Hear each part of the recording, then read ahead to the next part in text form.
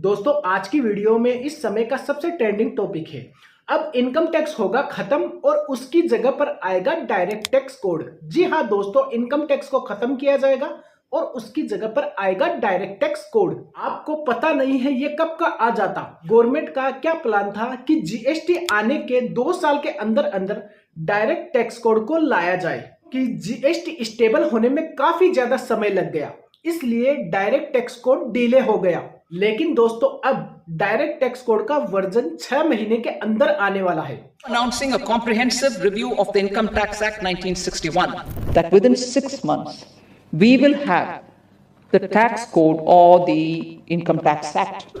The purpose is to make the act concise, lucid, easy to read and और इसके साथ ही 2025 के budget में इसको इंट्रोड्यूस कर दिया जाएगा। अप्रैल 2025 यानी कि फाइनेंशियल ईयर 25-26 में ये एप्लीकेबल भी हो जाएगा। तो दोस्तों इनकम टैक्स क्या है, बहुत पुराना हो गया है। इनकम टैक्स क्या है लोगों के समझ में नहीं आता और डायरेक्ट टैक्स कोड होगा सिंपल। अब आप बोलोगे सर कि गवर्नमेंट ने जीएसटी को भी काफी सिंपल बताया था जब जीएसटी आई थी, तो आपको समझ में आ गया कि जीएसटी कितनी सिंपल है, ये आपने देख भी लिया। तो दोस्तों सिंपल मैं इसको नहीं कह पाऊंगा, आगे मालूम चलेगा कि कितना सिंपल है गवर्नमेंट की तरफ से और कितना सिंपल नहीं है। गवर्नमेंट ने ये कहा है कि ये काफी सिंपल होगा। अब आप बोलोगे कि गवर्नमेंट ने जीएसटी को भी सिंपल बताया था, लेकिन कितना सिंपल जीएसटी है ये हमको पता भी चल गया। दोस्तों अगर आप डायरेक्ट टैक्स कोड के ड्राफ्ट को देखते हैं तो ऊपर दिखाई देगा direct tax code 2010।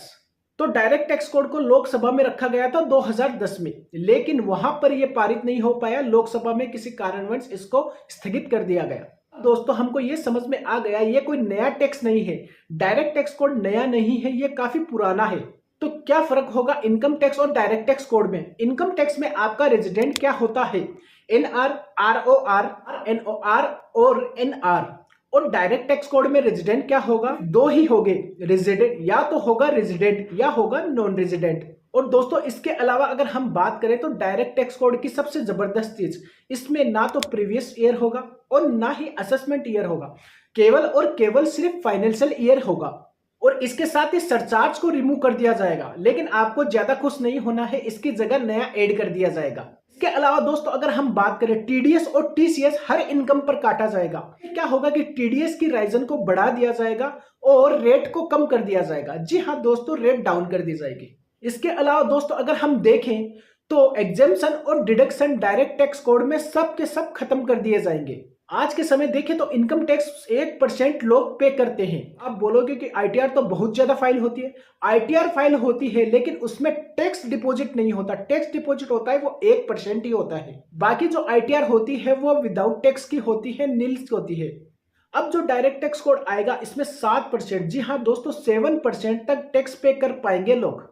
Tax code के लिए डायरेक्ट टैक्स कोड को बढ़ा रही है। वहीं हम बात करें पॉलिटिकल पार्टी की, तो दोस्तों पॉलिटिकल पार्टी पर कोई भी टैक्स नहीं लगेगा, वो बिल्कुल एग्जेम्प्ट होगी, उनको एग्जेम्प्ट में ही लिया जाएगा।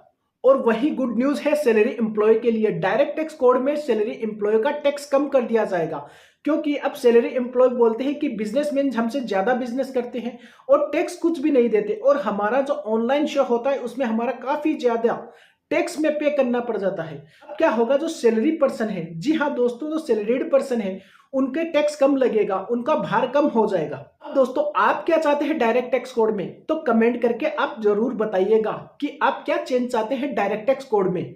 दोस्तों अगर आपको वीडियो अच्छी लगी है तो वीडियो को लाइक करिए, शेयर करिए और इस चैनल को जरूर सब्सक्राइब करिए।